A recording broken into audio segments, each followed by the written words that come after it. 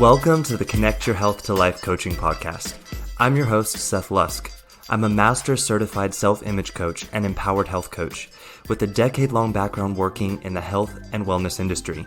If you're anything like me or the clients that I work with, then you're probably struggling with body image, self-image, or confidence issues. You're probably also trying to figure out why it is that you have these amazing desires for living your healthiest and most fulfilling life, but you can't seem to create consistent actions in your life to reflect those desires. So join me as we dive in deep on what it means to live a fulfilled and authentic life. We're going to look from the perspective of an empowered mindset and uncover reasons why you might be what's holding yourself back from living your most fulfilling life. I'm going to break through some of the biggest illusions and myths that we've all been taught to believe along the way. And I'm so excited to have you with me on this journey. So my only question for you is, are you ready to start living your most authentic and fulfilling life once and for all? Then let's get started, shall we?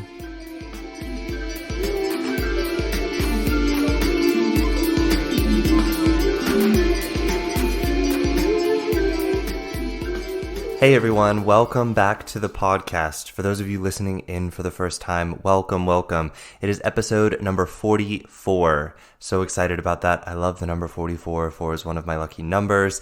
So the number 44 is just doubly good for me. So super excited to be at episode number 44. And I'm super excited about this topic and that you all chose to tune in this week because, my friends, I'm going to say it again this week, you picked an interesting topic to tune in on. We're talking about fear this week, my friends. Everyone's favorite word. I know you all are so looking forward to this. Those of you who've been listening in on social media this week, on my Facebook group or on Instagram, or, I know you're in high gear about, oh yes, let's talk fear. Let's talk about being afraid. Oh, guys, actually, I want you to get excited about fear. Fear is one of our most misunderstood emotions in humans, and it's been abused, it's been misused, it's been weaponized throughout history, and today we have a ton of information to get through. So this is going to be a long episode. Take your time listening. If you need to pause and come back later, that's fine. This is actually going to be a 2-part episode because one of the fears we're going to talk about today, I'm doing an entire episode on it by itself. We're going to briefly touch on it today, and then next week I'm going to come back and I'm going to focus in on this one particular fear that I think today, in this day and age, it's a fear that is really crippling for so many people. So I'm going to make an entire episode just about that fear. And some of you might be scratching your heads and being like, how can fear be a good thing? Then tune in, because I'm about to show you, my friends, how fear is one of your biggest and most loving friends, okay? I know that most of you, when you think of fear, you get that feeling in your stomach and you just want to run away, or you want to hide from it, or you want to avoid it, or you want to lash out and get rid of it as fast as possible. But I'm going to say it again, you all, fear is the most misunderstood emotion in humans. And as I said, throughout history, I'm talking religions, leaders, governments, societies, whole entire countries have weaponized fear and turned it into something that we're all afraid of. And the worst damage that has been done is that we have learned how to weaponize our own fear against ourselves. And that's what we're going to talk about today. We're going to clear up how you might be using your own fear as a weapon against yourself and being able to create your most fulfilling life. And being able to take 100% aligned and guided and aware action towards your goals. And how fear can actually be used as one of your biggest tools in this area. My friends, when fear is used as a reaction to create action. So what I mean by that is when we use fear either within ourselves or we try and create fear in a circumstance or that other people feel fear in order to react to it, it creates fast action. And so I think this is why a lot of governments, a lot of countries, a lot of leaders, a lot of religions, a lot of societies have used fear as their tool to create action because it does create fast action. But here's the thing, my friends. Fear is like any other tool. And when it's misused, in other words, when we react to it versus leaning in and responding to what it's there to tell us, that any action taken is going to be misguided, misaligned, unaware, and temporary. Any changes will be temporary. So yes, my friends, you heard me right. Fear is a powerful tool. It's actually one of our most powerful allies in our journey through this life. And when we choose to lean in and understand it, fear becomes something that makes us unstoppable. Fear becomes one of our most loving gifts to ourselves, and it can never be weaponized again once you see this. Okay? So let's start off by defining what fear is. Fear is an emotion that is caused by the thought of threat of harm, danger, or pain. And I want you to pay attention to the fact that fear is an emotion. Emotions are created by thoughts and beliefs 100/1000% of the time. So 100% of the time, emotions are caused by thoughts or beliefs.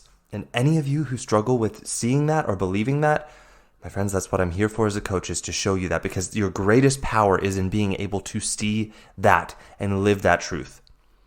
And if you don't believe me, let's have a conversation. I invite the conversation. All emotions that we experience come from thoughts or beliefs, not from a circumstance. Okay. And the emotion of fear stems from a thought or a belief that there is threat of harm, danger, or pain. And today what I want to do is look at 10 of the most common fears that I see people experiencing and using in their life to keep them from going after their goals or dreams or creating a proactive, fulfilling life. As a coach, I hear these fears all of the time. I mean, literally all of the time. Even when I'm not coaching, I hear people just talking and I hear these fears coming up. And I see the effects of people misunderstanding these fears and not understanding them at all, and simply just reacting to their fear, and therefore creating these cycles in their life of suffering and feeling stuck and disempowered. So what I want to use this episode today for is to talk about these 10 really common fears. And my friends, this is not an exhaustive list.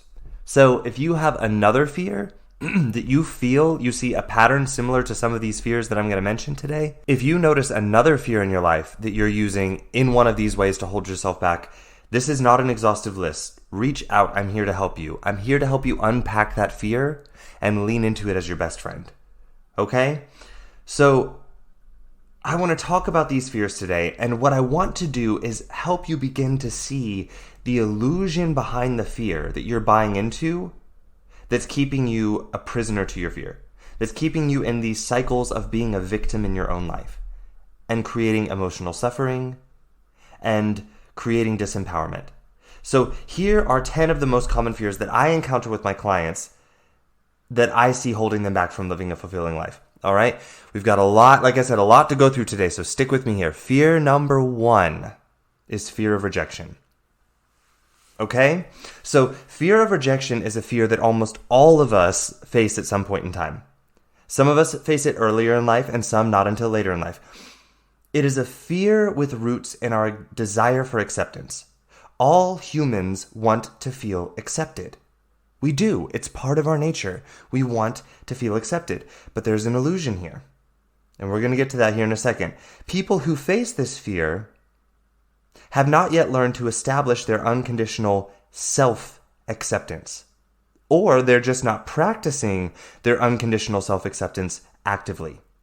So here's the first part of the illusion of this fear, is that people think that acceptance is something that they have to experience outside of them. And they lean on that exterior acceptance as being their source of acceptance in life. But my friends, the only acceptance that we truly feel is when we choose to accept ourselves. Even if another person accepts us, we don't feel it until we accept their accepting of us. Have you ever met a person that, people tried to make friends with them, tried to be nice to them, tried to accept them into their group, but they didn't accept themselves so much that they didn't allow themselves to be a part of that group because they didn't believe that they were accepted, even though the people in the group were willing to accept them? This is what I'm talking about here. Acceptance is something that you can only create in yourself. Even if someone is trying to accept you outside of you, that's not the acceptance you feel. So if you have not figured out how to generate self-acceptance, you won't ever feel accepted, even if other people try to accept you. Okay? Fear, and here's the other part of this. Fear of rejection is going to convince you not to try something that may cause you to stand out. Something that you genuinely want to do that may cause you to stand out. Or that keep you from taking a path that is different from what your friends took, or your family took, or someone close to you that you admire took, or to do something that is not so popular. Fear is going to ask you, no, don't do that. Even though you want to, even though it is a genuine desire that you want to do in life, a true internal genuine desire. And what you fear is that this action that you want to take will cause these people in your life that are close to you, or that you admire, to be unaccepting of you. Fear of rejection will convince you that if you try this something that you want to do, that these people close to you, that you love and respect, will turn their back on you and reject you for doing what is true for you because they might not like it. And I get it. Feeling like this is a possibility can feel scary. But here's the illusion here again. The only rejection that you can feel comes from one source, and that's yourself. Other people can reject you, but if you do not believe in that rejection, and you see that they are not truly rejecting you, they're just unable to fully see and understand you, then guess what? You don't feel rejected, even if people choose to reject you. But when you believe that this rejection is valid, and that a part of you that this other person is not understanding or not fully seeing is somehow something bad, wrong, or something about you that should be rejected, then guess what? You choose to reject that part of yourself. And that rejection, that is the rejection that you feel, not the rejection from the other person. The rejection that you feel is a choice to believe in a thought that part of you is either not acceptable, not good enough, or is bad, and therefore is rejected or rejectable. Your feeling of rejection does not come from the other person. It comes from your own chosen thoughts and beliefs about you. I want you to truly begin to see that here. And this is not for blame. This is because I want you to re-empower yourself here. Because if you're the one rejecting yourself and causing that rejecting feeling, guess who gets to stop the rejecting feeling? You do, my friend. You do. No one else gets to stop it. So here is why this is so important to see. When you choose to not do something that is important to you, because of this fear of rejection, then here's the second part of this illusion. What you are actually doing here is you are fearing the feeling of rejection from someone else rejecting you, even though it's your own rejection that you feel. And because you don't want to feel rejected, you don't take the action that you want to take. So when you choose to not do that something that you want to do, that is a genuine desire of yours, that is a part of you and your mission here in life. When you choose to not do it because of this fear of rejection, you are choosing to go ahead and reject that part of yourself. And reject that thing that is important to you ahead of time. So do you know what you feel when you do this? You feel rejection. You may not pay attention to that because a lot of times when people do this, what they usually do is they immediately follow up the rejection of themselves with some sort of numbing behavior, like drinking, eating, watching television, getting on their phone and playing a game, something to distract them. So you may not recognize even that you feel rejected after you reject yourself, but I want you to lean in and notice that when you choose to not do something out of fear of rejection that you genuinely want to do, you feel rejected anyways, because you chose to reject yourself ahead of time. Think about that. You're not doing something important to you because you fear a feeling, that feeling being rejection. So what you are choosing to do to avoid feeling rejected is you are choosing to feel rejected. Pay attention there. This is how the illusion of fear will trap you in cycles in your life that you don't truly want to be in.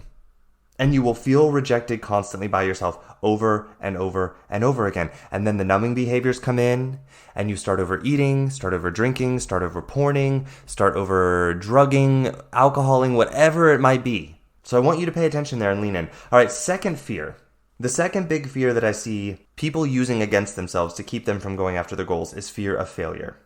We live in this society that is obsessed with outcomes and trying to control them and being obsessed with failure. So many people live in fear of failure about so many areas of their life. And there's such a simple solution that we're all overlooking. People are afraid of, will they be a good kid? Will they be a good student? Will they be a good friend? Will they be a good person? Will they be a good adult, a good professional, a good business owner, a good spouse, a good parent? The list goes on and on and on. And with everything that these people are worrying about being good at, there is a fear of failing at it. And what I want to say, and what I want you to begin to see here, is that the main reason that we're fearing failure is that our definition of failure is completely skewed. It's completely skewed, my friends. It's so far off base from what failure actually is. We see what is actually the learning process and we label it as failure. And that screws up so many people's lives. It starts in school or even before school. But our education system in almost every first world country that I've ever heard of is failure-based. And we teach kids at such a young age such a messed up definition of failure. You might be confused here, so let me explain. Okay, we see that when we try something and we get a different result than what is intended or what is expected, or that a different result than what we want to get, we see that as failure. But what I want to say, and I want you to listen in so closely here and let this in between your ears and let it stay there. It is not failure. It's not. This is how humans have learned throughout the history of humanity. This is called learning. Doing something, getting a different result than anticipated is called learning. That's what that is. Stop calling it failure. Stop saying, I failed 1,000 times. Maybe I'll get it right this time. You haven't failed 1,000 times. You've learned 1,000 times. Okay? Stop calling that failure, because that is not failure. This is how humans learn. It's how we have always learned. It's how we will always learn. And the sooner you can see that, the sooner you can let go of this illusion. But we only allow ourselves to see this in hindsight. We only allow ourselves to see that process as learning after we've achieved the result.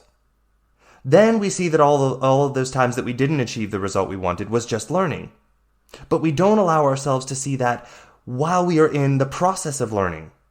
We only allow ourselves to see it after we've achieved the result.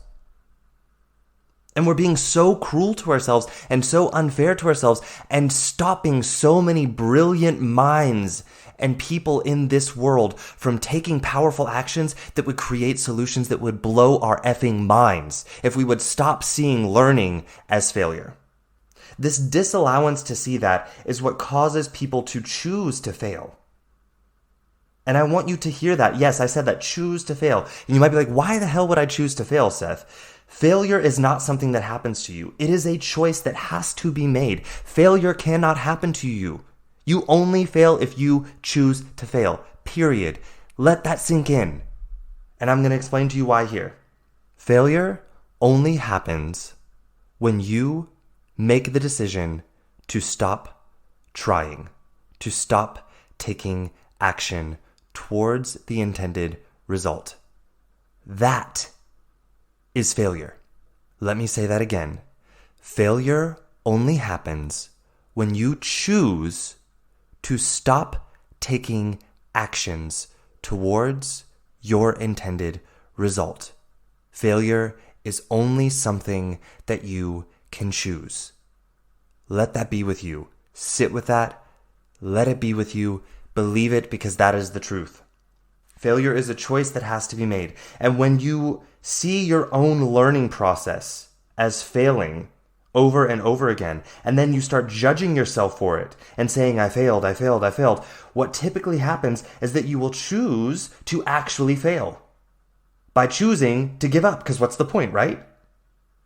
So what I want to say here is that you truly, at your deepest core, will want to start changing your definition of failure now. And I mean like right now, as in like It should have been changed yesterday. Change it now. I'm telling you, my friends, do yourself a favor and change your definition of failure. And start practicing seeing that new definition of failure every day. The new definition of learning every day. Let that sink into your subconscious beliefs so that you recognize your true learning process and stop calling that failure. Failure only happens when you choose to give up. And when you can start seeing this ahead of time, you're going to allow yourself to actually go through your learning process and become unstoppable in taking action. So I want you to stop only allowing yourself to see it in hindsight. Stop only allowing yourself to see your learning process once you've achieved the result. Stop doing that to yourself. Okay, so failure only occurs when you choose to stop trying. And you can only stop trying by choice, not by circumstance. And yes, that means even in death. Even after you die, the learning process of what you were learning up until death, it continues, and the torch gets passed on to someone else who will continue where you left off. So even death cannot create failure. It's only by choice. You chose to keep learning until the day you died, so you never failed. You never failed. You were in constant learning until your body no longer exists. But even if no one ever picks up that torch and continues the learning that you were learning, you are no longer here. So you did not fail because you never chose to stop trying. You kept learning. Let that illusion of fear go away, or that illusion of failure go away. So the illusion with this fear is this. Failure is not a circumstance that happens. It is a choice to stop trying new ways, new routes, new methods. Failure cannot happen to you. You have to choose it. So if you do not want to do something, or you choose to not do something out of fear of failing, guess what? You just chose to fail. So the very thing that you feared happening, if you took action, you just chose to do it. So you feared feeling like a failure, but then you chose to actually take on the label of failure here. So the solution here is simply this. Lean in. Recognize that fear is simply there to remind you of something. That you cannot fail as long as you choose to keep seeing your journey as constant growth and learning. And start seeing that this fear is actually stemming from you choosing to believe ahead of time that you won't keep learning and moving forward. That fear is guiding you to see your own limiting beliefs. It's your friend. That's what it wants to show you.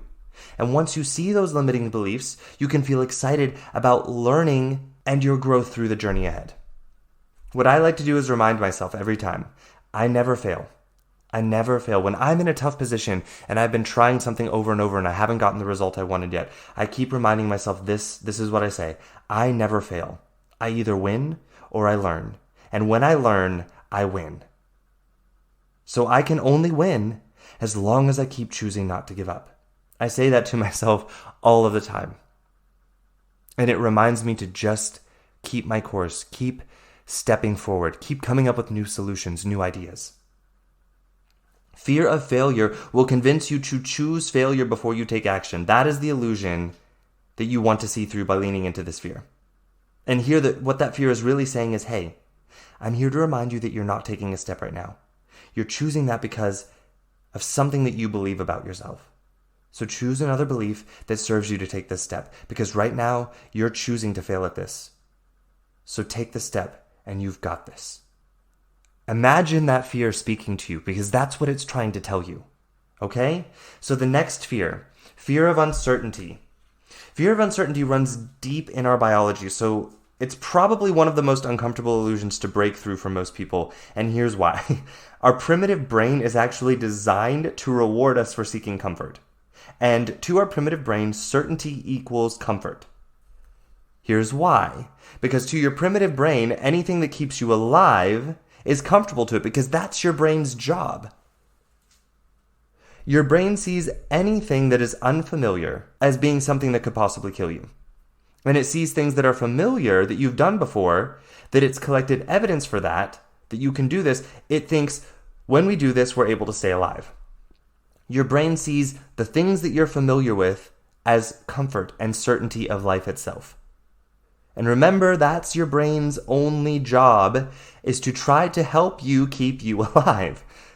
But also remember that your brain is simply a tool. It's not you. It does not run you unless you don't run it. It's not you. It's not who you are. So if you know this, then you can now begin to start using your brain as a tool for you. It doesn't use you as a tool for it. Okay? So when you know that your brain it just wants to keep you alive, then you can begin to see why, when you want to do new things, your brain's gonna throw. Have you ever been in the grocery store and you see a mom with her kid and the kid throws itself on the floor and starts screaming bloody murder because, I don't know, the mom didn't let them take a lollipop off of the shelf or something, or didn't let them eat something, or didn't buy their favorite food or candy or something. And I mean, they are in the middle of the floor screaming, kicking. They become somehow this 20-pound child becomes this 500-pound deadweight being in the middle of the floor that cannot be picked up. This is what your brain does every time you try to do something new. Your brain will start throwing an all caps rage temper tantrum of, no, stop it, don't do it. And I'm telling you, it won't just stop there. It's going to pull out all of the biochemical, hormonal, and body responses that you're going to perceive, unless you know what's happening, as uncomfortable. You're going to perceive it as uncomfortable and a sign of danger, and you might even perceive it as a possible sign that you're going to die. Your brain truly thinks that it's trying to keep you alive by convincing you that you will die if you do this new thing that it feels uncertain about. I want you to recognize that, because when you begin to see that, you can use your brain as a tool for you versus it using you as a tool for it. Okay? The only way past that is to start taking those uncomfortable actions until the brain begins to collect evidence of, oh, okay, so when we do that, we don't die.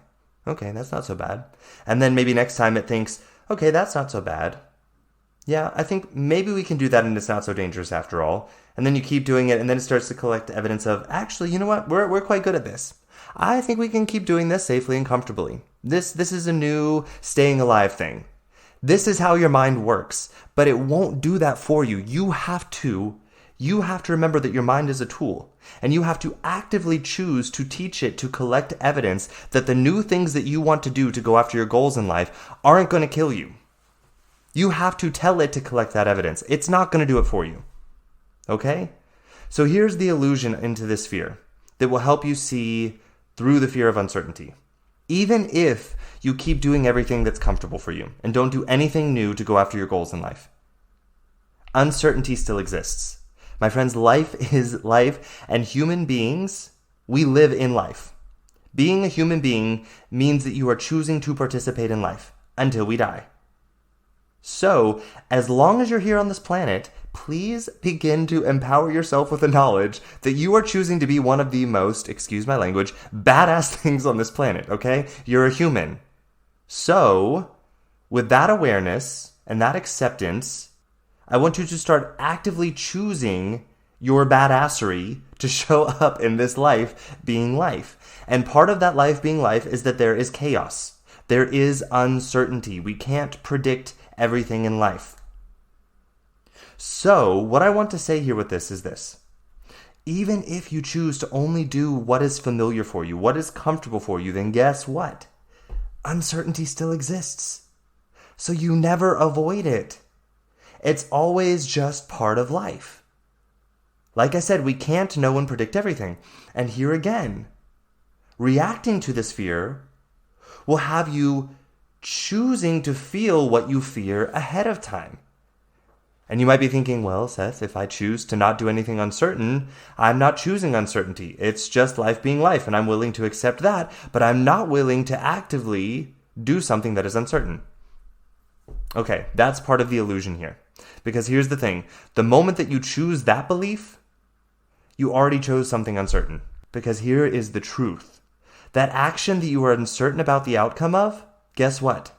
You just chose to be permanently uncertain about it. It could be an amazing outcome. It could be an outcome that would prepare you to handle something else uncertain in life later. It could be an outcome that ensures you survive something unforeseen in life. But here's the thing. You just chose to permanently be uncertain by choosing not to ever find out. And yeah, sure, you can catastrophize all of the possibilities of the outcome and be like, well, if I try this and this could possibly happen, so it's actually safer for me not to try.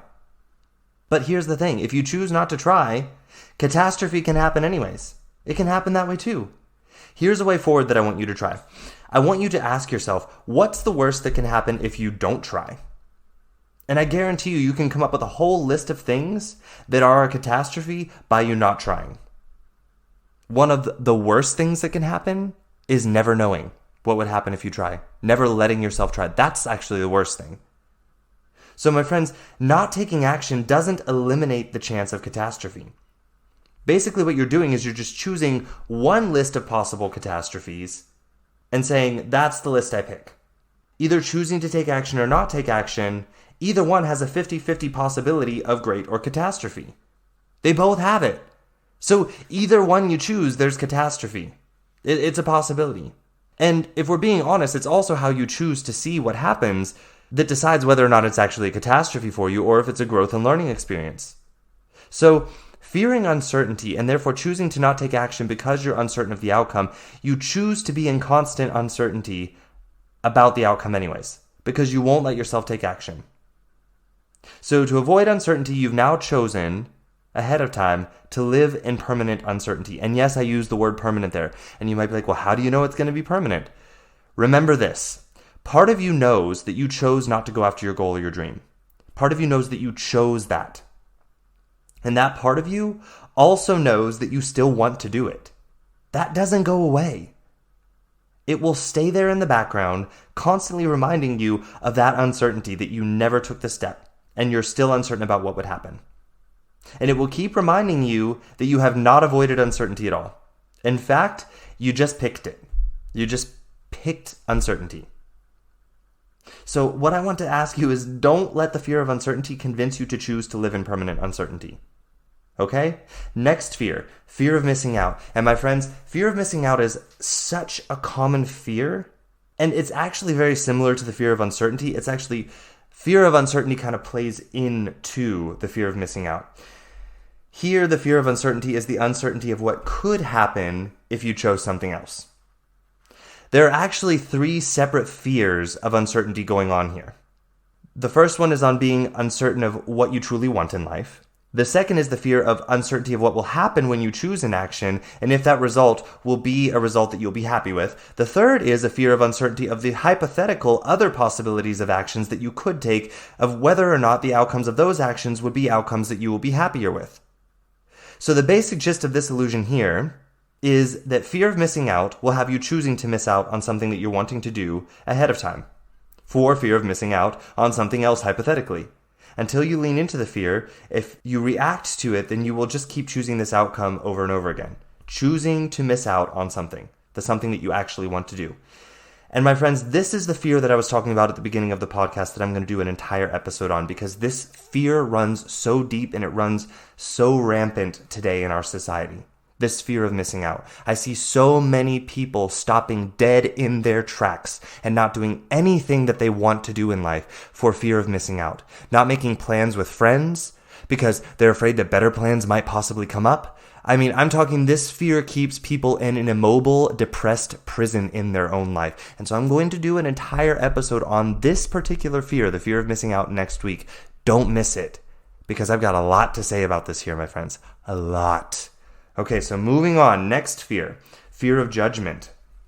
I've talked about judgment before in past episodes. Actually, probably every episode that I've ever put out has something about judgment in it. So you probably noticed this word coming up and a theme to it in what I talk about and what I teach. And what I want to say is, if you notice that, awesome awareness, because guess what? It does keep coming up, and there's a huge reason why. The reason being that this is something that humanity has struggled with since the dawn of time, and we continue to struggle with it to this day. We continue to struggle with it because of the fear of judgment. And I know you might be like, wait. We're still struggling with the fear of judgment because of the fear of judgment. Yes, we are.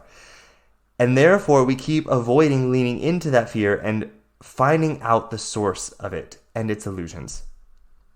See, here's the thing about judgment. It's the same as rejection. We don't feel judgment from other people. We only fear our own judgment of ourselves. That's it. So you might feel afraid of judgment. And of course you would. Who wants to feel judged harshly? Or feel inaccurately judged? Or as being bad, or as being wrong at the core of who you are? No one wants to feel that. I know no one wants to feel that. I don't want to feel that. I know no one listening to this episode wants to feel judged that way. The truth is, no person can ever actually judge who you are anyways. Not at the core. Because only you can truly know that. Everyone else around you, everyone else who sees you, children, even your own parents, even your own children, all we're trying to do is figure out who people are based on their actions, the words they say, the energy that they give off, the things that they produced in life, and how we feel around them based on how we choose to see the world through our own lens of experience. So everyone around you is doing the same thing to you. They don't actually know who you are at the core. They're trying to figure that out. And people, we have learned this over and over again, sometimes we are really horrible at figuring that out, and we are so inaccurate. So no one is actually capable of judging you, who you are at your core, except yourself. People are capable of judging what they think is you based on what I previously listed and based on how they choose to see the world and therefore how they're going to choose to see you. But those things aren't you. So what they're judging isn't even you. But even if they were judging you, even if they could see exactly who you are and judge that, you still would not feel it. What you would feel if you feel judged when you think someone else is judging you is, again, your beliefs about yourself that are judgmental. They're your own judgments of yourself. I want to give you a metaphor, and I've used this before in past episodes, so if you've heard it before, stick with me here, because if you haven't, this is powerful, and it helped me when I was first trying to wrap my head around this. Wait, how can I only feel my own judgment? So this makes it so clear. In this metaphor, if you actually have purple hair, I just want you to change the color in this metaphor to a different color other than purple. I'm going to use purple for the sake of this metaphor because there aren't so many people in the world that have purple hair. So, and that's not to say that I think purple hair is bad. I actually used to have purple hair. So I'm choosing the color purple because it's not so common. So if I were to tell you, I hate your purple hair, I think it's disgusting, you should change it. It looks horrible on you. What thoughts do you have about your purple hair? What judgments do you feel about your purple hair? Probably none.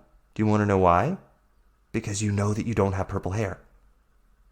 Now, some of you without purple hair may be so into people pleasing and judgment and worrying about yourself that you may still feel some judgment about that statement because you have not chosen to believe that you don't have purple hair. Or, so therefore, anyone saying something about your hair being the color purple, you still may see it as possibly being that maybe there's something wrong with your hair that makes it look purple, and this is why the person sees it as purple and doesn't like your hair, and so you may still feel judged about your hair. But again, this is simply because you believe that it is reasonable that your hair could be perceived as purple, and that it could be something that is wrong with your hair that you need to fix about it. But again, the judgment you feel there comes from that thought or belief about your hair, not from the other person saying something about your purple hair.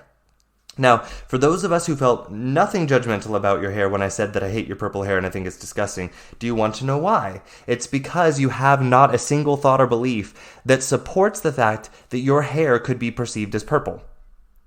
You don't have one. Or that you should want to change it to stop people from possibly perceiving it as purple. You don't have one belief that supports that. What you might believe instead is that the person telling you, or me in this case, something about your purple hair, you may be thinking, I think you should get an eye exam. Maybe that's the thought you have. But what you don't feel is a judgment about your hair, even though the other person is passing judgment about your hair. And again, this is because the only judgment you can feel is your own. You are not having any judgment about your hair being purple. That's why you don't feel it. The only judgment you might have is concern for my eyesight. So, I hope that's clear now for you. Let's move on to how we can lean into this fear and see through the illusion. Fear of judgment is a fear of feeling judged. let's be honest here. How often do we feel judged when we actually don't know what the other person is really thinking? We haven't asked them, we haven't talked to them. We just think that we know, oh, this person must be thinking this about me. And if you're being really honest with yourself, you probably do this quite often. Someone in the line at the grocery store, someone at a red light when you pull up that maybe just caught you picking your nose, or you think caught you picking your nose and you think now they're judging you. Someone who is standing in the grocery store line that you think is more fashionable than you might be looking at your clothes and thinking, oh, how unfashionable am I? But you have no idea what these people are thinking. So I want you to be honest with yourself here, how often you feel judged when you actually have no idea what the other person is thinking. So the fear of feeling judged, it's the fear of feeling... The fear that you have is of feeling judged, not actually being judged. Because you can feel judged when someone's not actually judging you. And actually you feel judged even when people are judging you because it's actually you judging you. Both situations, it's you judging you that you feel. Okay, so we've established that. We've established that the fear here is feeling judged and that the only place the judgment comes from is from you. So if you choose to not do something that you genuinely want to do because of fear of judgment, then what you're doing is telling yourself that if you do this thing that's important to you, then you have beliefs about what you might look like, how you might seem or appear, or the type of person that you might be perceived as, and you are making judgments about those things. And you're telling yourself not to do this thing that you want to do for fear of feeling yourself making those judgments. That's the reality there. So out of fear of feeling yourself making those judgments, you judge yourself ahead of time. And then you even judge yourself as being too judgmental to not judge yourself if you did the thing that you want to do. So you're choosing to judge yourself about something, or choosing to judge yourself as something that you don't like ahead of time. You're judging yourself as being too judgmental, or that you're going to look bad for doing this thing that you want to do, and you want to avoid being judged.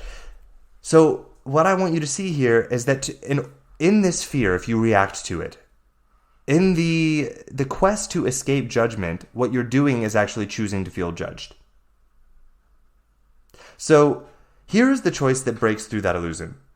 It's choosing ahead of time that you will not feel judged. And you're like, well, how do I choose that? It's really simple. If you recognize that you're the one creating the judgment in the first place, then you choose ahead of time that I won't make those judgments about myself. And if I start feeling like I'm starting to make these judgments about myself, I can find the source of those judgments, which is the belief or thought that I'm holding, and I will find my way through that judgment to love and compassion and move forward in the actions that I want to take, releasing that judgment from me, recognizing that it's not one that is mine to carry. I don't have to carry it, and therefore not feeling judged. You have the power to both feel judged and to release it from yourself once you understand why you chose to judge yourself in the first place, and that the judgment that you're feeling is your own judgment. And then you find the wound that you're wanting to cover up or protect with that judgment and release it. So the moral here is that avoiding doing something that you want to do for fear of judgment is really just you choosing to judge yourself ahead of time. So you're not avoiding it. All right, next fear. Fear of inadequacy. Fear of inadequacy is fear of, again, feeling inadequate. Although we may see it as the fear of being inadequate. Let's define the word inadequate here. So inadequate means insufficient for a purpose, lacking the quality or quantity necessary for a purpose, unable to deal with a situation in life. Okay, this goes back to the theme of the fear of failure. Remember with the fear of failure that failure only occurs by choice. It is not something that happens to us. It also goes back to what I said about the difference between learning and failing. And remember that we only fail when we stop trying. So the same concept applies here with inadequacy. With inadequacy, what we fear is that inadequacy is a trait that we possess, or that we don't possess a certain trait that therefore makes us inadequate. But here's the thing. With inadequacy, it's about the purpose and the chosen actions based on that purpose. It's not a trait that you can possess. You cannot be inadequate. And you might be wondering what in the world I mean. So you can choose to not take adequate actions. You can choose to not adequately develop skills in your life to accomplish the purpose of those actions. But you decide that, first of all, not someone else. It's not a trait of yours. So it's not you being inadequate. It's you choosing not to develop your skills to an adequate level and not choosing to take adequate action. It doesn't make you inadequate as a character trait that you possess.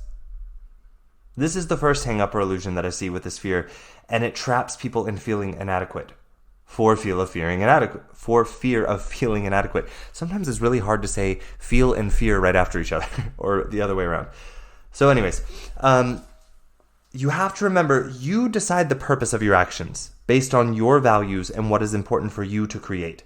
You decide that ahead of time, and then you choose to stick with that until you have adequately developed the skills that you have to an adequate level that accomplishes your intended purpose. But my friends, you are not ever inadequate. You can only choose to not take the adequate action, or choose to not develop adequate levels of skills to accomplish the purpose that you chose. If your skills do not achieve the purpose the first time you take action, guess what? Your action just taught you what skills you can practice at and develop to be more efficient or more effective, to be able to act with those skills again in a way that will achieve your desired purpose. So your action didn't prove that you are inadequate. Your action showed you the skills that you want to sharpen and practice to accomplish your purpose. You learned that by taking the action. You only choose to see yourself as inadequate once you choose to say, so here is where my current practice level is at with these skills. And in order to achieve my purpose, I would have to practice them until I reach this level of efficiency or effectiveness with those skills. But I'm going to go ahead and choose to see myself as not worth practicing those skills. Or that my purpose is not worth practicing these skills. So I will just leave my skills here as they are, see them as concrete in their current level, and not take action towards my intended purpose, and I will call myself inadequate for choosing that. I want you to that's literally what you're saying to yourself here. Maybe not in so many words, and you may not recognize that you're saying this to yourself, but this is the message you're sending. The solution here, again, is to lean into the area where you fear feeling inadequate and define your purpose in that area. Find what skills you want to use to accomplish that purpose, and then find which skills you feel like you will want to practice in order to become more efficient or more effective with those skills, and then practice them to the level where they will be adequate to serve your purpose. And if you do that until the day you die, you were never inadequate. You were constantly growing and developing those skills. So at no point in time did you reach the concrete state of being inadequate. If you are constantly evolving your skills, then at no point in time can you be inadequate. So there's no point in choosing to feel as such ahead of time. Seeing this truth here allows you to take action and choose ahead of time not to feel inadequate. You get to choose that. To just keep taking action. See, okay, so my skills are at this level. I want to achieve this purpose, so I will develop these skills to adequately achieve this purpose. So the moral here is that if you're avoiding taking action for fear of feeling inadequate, what you have chosen to do is to feel inadequate. Okay? Are you noticing a theme here? Fear will cause you to do the thing that is exactly what you fear doing. Okay, so the next fear is fearing that something bad will happen or that you will get physically hurt. This fear is one that has a slightly different approach to seeing its illusion. At least as far as from the ones that we've looked at so far today. So the reason why is because typically speaking, the fear of this happening actually comes along with and even from another fear. And it comes from the fear of judgment. Specifically though, the fear of judgment by comparison. Now you might be wondering how the fear of something bad happening to you or getting hurt could have to do with fear of judgment by comparison. So let me explain this, because this goes a bit deep here. Usually when you're afraid of doing something, where you're afraid that something bad might happen, either that you might get hurt, or that someone else might get hurt, or something around you might get damaged, what you're fearing is your ability to act in that situation in a way that you trust yourself to not cause damage to either yourself or others or the things around you. This goes back to the fear of inadequacy. You fear that you lack the adequate skills to keep you, others, or your surroundings safe or intact. But as in the fear of inadequacy, you are not inadequate until you choose to label yourself inadequate and stop choosing to develop your skills. The same concept applies here. But before we get there, let's look at the tag-along fear here, the fear of judgment by comparison. Okay, so the truth is that if we went to do something with our action, where the action could cause damage to either things around us or people around us or to ourselves, then we would start slow. That's how we would start if no one was around. We would look at exactly the step we know comfortably that we can take safely enough for our acceptance and then start there. Okay, so we know that step that we're willing to take that feels safe enough for us, and we're willing to accept that. Then we see how we could expand that step just a little further to where there's still a little bit of uncertainty, still a little bit of risk of damage, but we feel like we have enough sovereignty over that risk to manage it and accept the possibility of it as being worth the result we would get from it. And so we would take that step.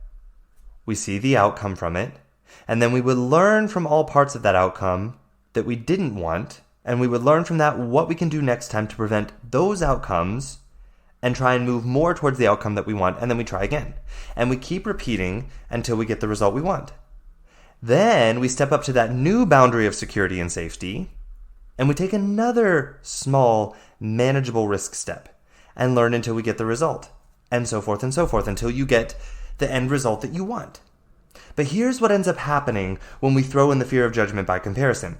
We see the steps that we would want to take from where we truly are in our skills, and in order to manage the risk for ourselves in a way where the possible damage is worth the outcome to us, we see those steps as not being adequate enough in comparison to the steps that someone else is taking or has taken to try and either accomplish a similar or the same result that we're wanting to accomplish. So what happens is we compare someone else's skills and the steps that they're taking to achieve something either similar or the same as us, and we say, oh, if I'm not able to do that, then my next step is actually inadequate. So then what ends up happening is, for fear of feeling inadequate, what we think we need to do is take a step that is not where we genuinely are in order to feel adequate enough by comparison. But that would mean that we would have to take a step that could cause damage as a result that we're not prepared to manage, and we've not developed the skills to manage, and therefore to us that damage is not worth what we would learn from taking that step, especially when the damage could be physical harm or even death. So I want to give an example here from a client of mine who's going to remain nameless. This client of mine was telling me about this story. They enjoyed BMX biking. The sport is fun, exciting, but it's also full of risk. Tons of risk of injury or even death. But here's the thing. When skills are honed and practiced, the BMX riders are able to do things with their body and their bike to mitigate these risks and manage the possibility of these risks and minimize them enough to where they feel the outcome of taking that risk is worth the risk for the experience that they would have and what they would learn from it. Now, my client was very new and young in the BMX world and still enjoyed this sport. And my client wanted to take part in this event. But this event involved doing something that involved a risk of, it could be serious bodily injury, maybe even death if skills were not practiced enough and honed. This client went to the event and watched everyone. The event was going down this hill. And going down this hill, they would get their bike up to somewhere around 60 kilometers per hour, and then shoot up another hill and off a ramp on the other side. My client had never gone that fast on their bike before. They felt comfortable going maybe 30, 40 kilometers per hour on their bike, and had never gone over that speed. So what ended up happening is my client stood there with their bike at the top of this hill and froze. My client never went down the hill on their bike. They stood there and watched everyone else do it. Now, the fear of injury or death was real here. It was a real possibility. But that wasn't the fear that was holding them back. That was the illusion. The fear that was holding them back was fear of judgment by comparison. Fear of feeling inadequate. You see, my client felt comfortable going around 40 kilometers per hour. And they would have been willing to go down the hill at about 40 kilometers per hour to see how that felt and how they could control it and what would happen. But they never did. Because they feared feeling judged by comparison to the people around them that were going down it at 60 kilometers per hour and going over the ramp. They feared feeling inadequate because of that. Because they saw that if they couldn't do it at 60 kilometers per hour now, that those current skills that they had were concrete and therefore they were inadequate. They chose the concrete definition and label of inadequate on themselves instead of seeing their skills as something that they could practice and hone. They feared starting where they actually were with their current skills. And they feared taking their authentic next step and honing those skills. The result was they didn't do anything, so there was no experience, no practice, no improvement of skills. The result, they judged themselves by comparison, and they came up with the label inadequate, and left the event feeling judged by comparison and inadequate, and did not take any action step to get the result that they wanted. So my friends, I want you to pay attention here to this fear. It is a real fear. It's not a fear to just get over, as most people would say. Oh, just do it. Get over it. You'll get over the fear. Just do it enough. No, it is a fear to lean into and find where your authentic next step would be. Find where you are choosing to feel judged or inadequate by comparison for being in your journey of life and taking your next authentic step, your next step to your full actualization of your greatness. And what I want you to see is that you are letting this fear trick you into choosing ahead of time to feel judged inadequate by comparison. Okay? Don't let that fear do that to you. Take your step. It's not inadequate. You're not on this other person's journey, so stop comparing your next step to theirs. What you will learn and accomplish through this journey will be different than what they learned and accomplished. You're not on the same journey as them. Even if you think you're both going after the same result, the result will be different because what you will learn and what they will learn will be totally different. And that, my friend, is the power of going after your goals. That's the result that's truly powerful, is what you learn along the way. Okay, so the next fear is fear of getting hurt emotionally. This fear here in its illusion is all about not seeing your emotional responsibility. We've talked about emotional responsibility before. You create your emotions with your thoughts and beliefs.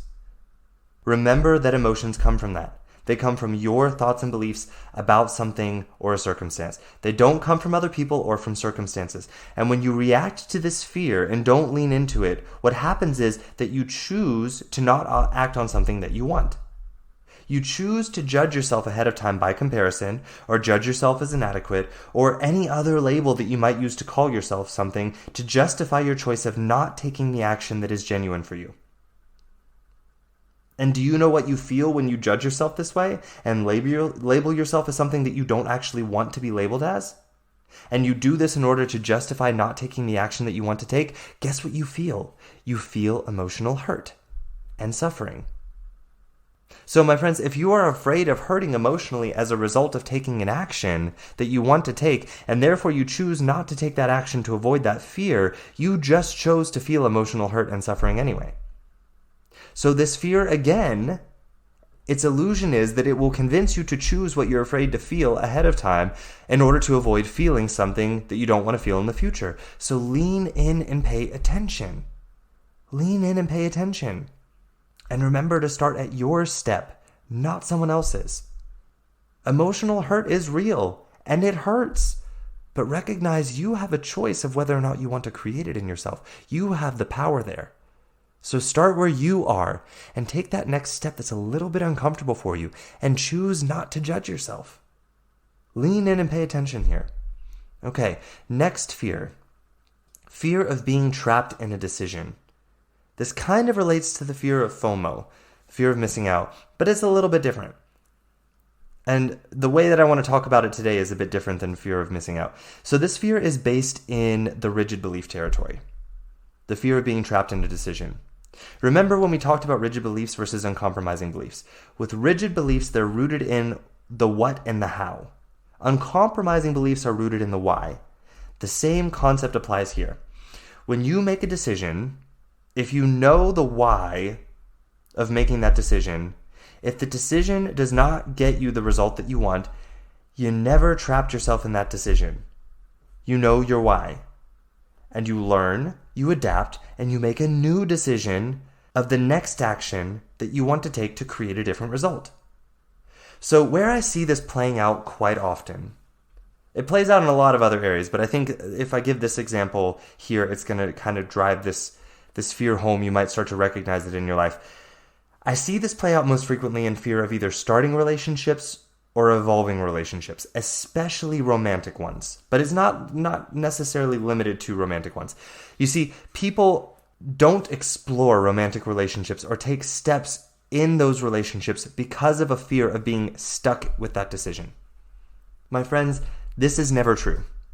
Even with marriage, and I know some of you are going to be upset with me for saying that, but there is always the option in marriage of divorce. That's always an option. Leave it on the table. It doesn't mean anyone is bad or wrong.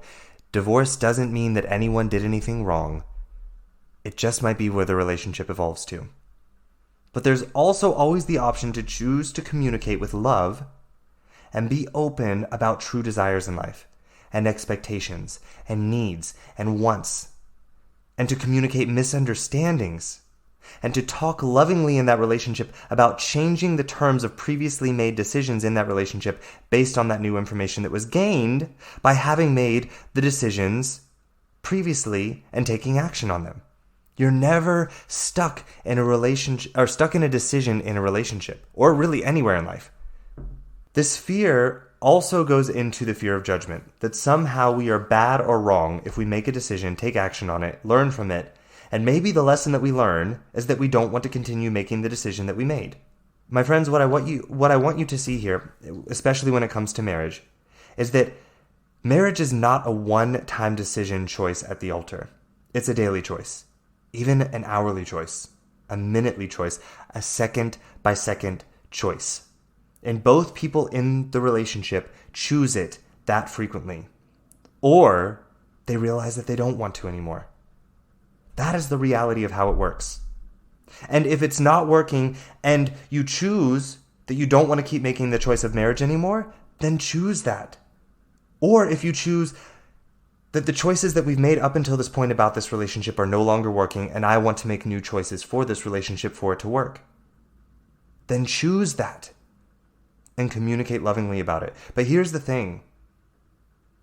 A decision does not make a person more good or more bad for making that decision and then choosing later to stop making that decision. It doesn't make a person bad or wrong for having made the decision in the first place. That's not the truth. That's not how learning works. Okay? That's not how the human experience works. So the illusion of this fear is this. If you fear being trapped in a decision and therefore choose not to take action because you can't, or you think you can't, out of fear of being trapped in a decision, guess what? You just chose to make a decision to not take action, and you trapped yourself in that decision. So, what you were fearing and trying to avoid, you just decided to do it and feel it anyways. So, if you choose not to take action on something because you fear being stuck in that decision, you just chose to be stuck in a decision. So, you're not avoiding it. Again, the fear will convince you if you react to it to do the very thing that you're afraid of happening. Notice that common theme here, my friends. It's intentional. That there's a reason why that's there. All right, so the last fear that I want to talk about is fear of fear. I talked about it at the beginning of the episode, and I want to say it again. My friends, fear is not bad. We need to stop seeing it as something bad. Feeling afraid is your ally. It's your friend. It is something inside of you asking for your undivided and careful attention, saying, hey, there's a belief here. There's something here that you're limiting yourself with. You're not allowing yourself to see your amazingness, your badassery of being a real, powerful human being. And you're choosing to let this belief stop you from living that life that you're designed to live. And I want you to lean in and hear this belief and these thoughts that you're having. I want you to see them for what they are, and I want you to get through them, and I want you to show up in life as that empowered, loving person that you are on the inside. That's what your fear is. That's what it's trying to say. Fear is your friend. The moral of this podcast is not that we should not be afraid. It's that when we feel afraid, if we react to that fear instead of leaning in, then we're bound to create the very thing that we fear creating.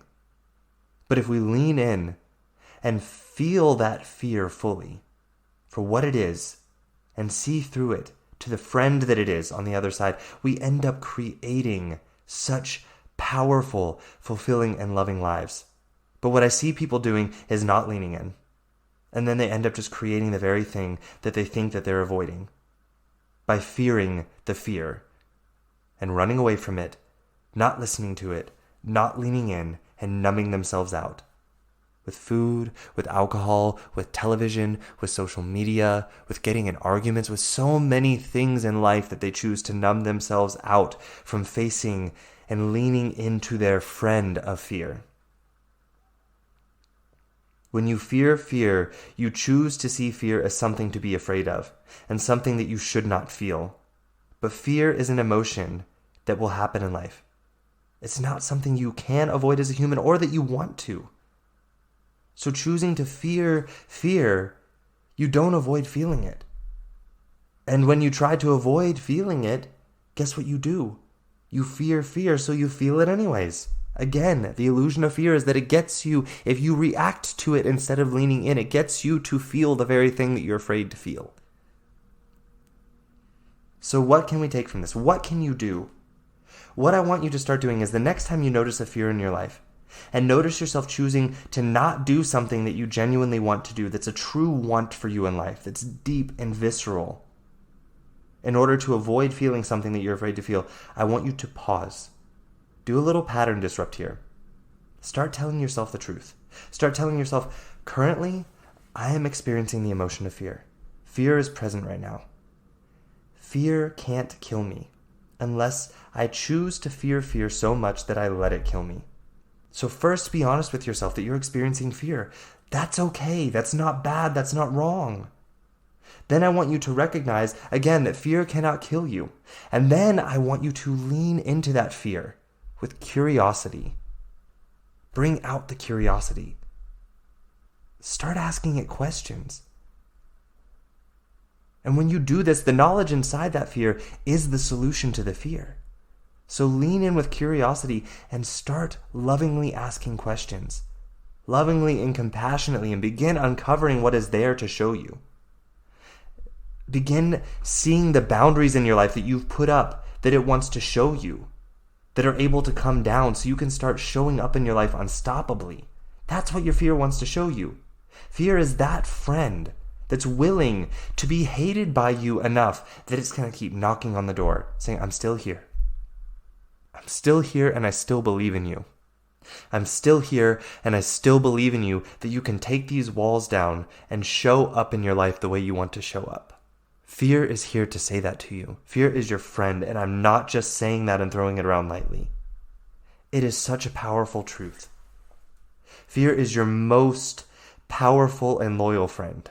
And when you lean into it, it becomes one of those friends that you are so grateful to have with you on your journey in life, because it's the one friend that believes that you can show up as more than what you're showing up as in your life right now.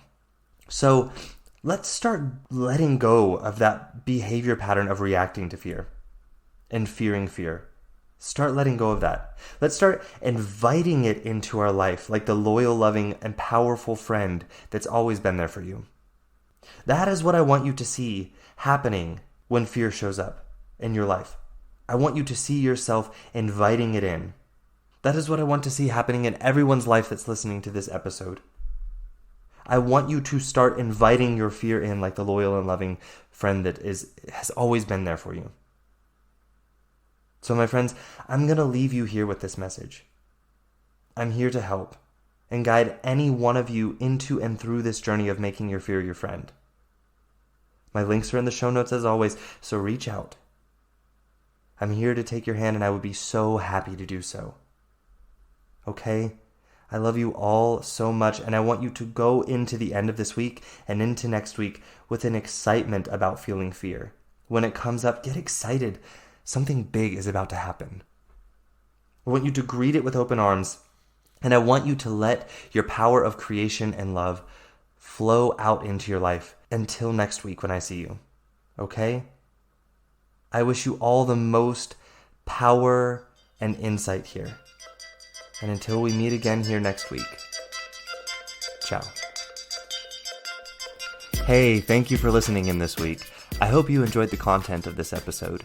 If you did, please subscribe or follow this podcast to receive the newest episodes every week as I bring them to you here on the Connect Your Health to Life coaching channel.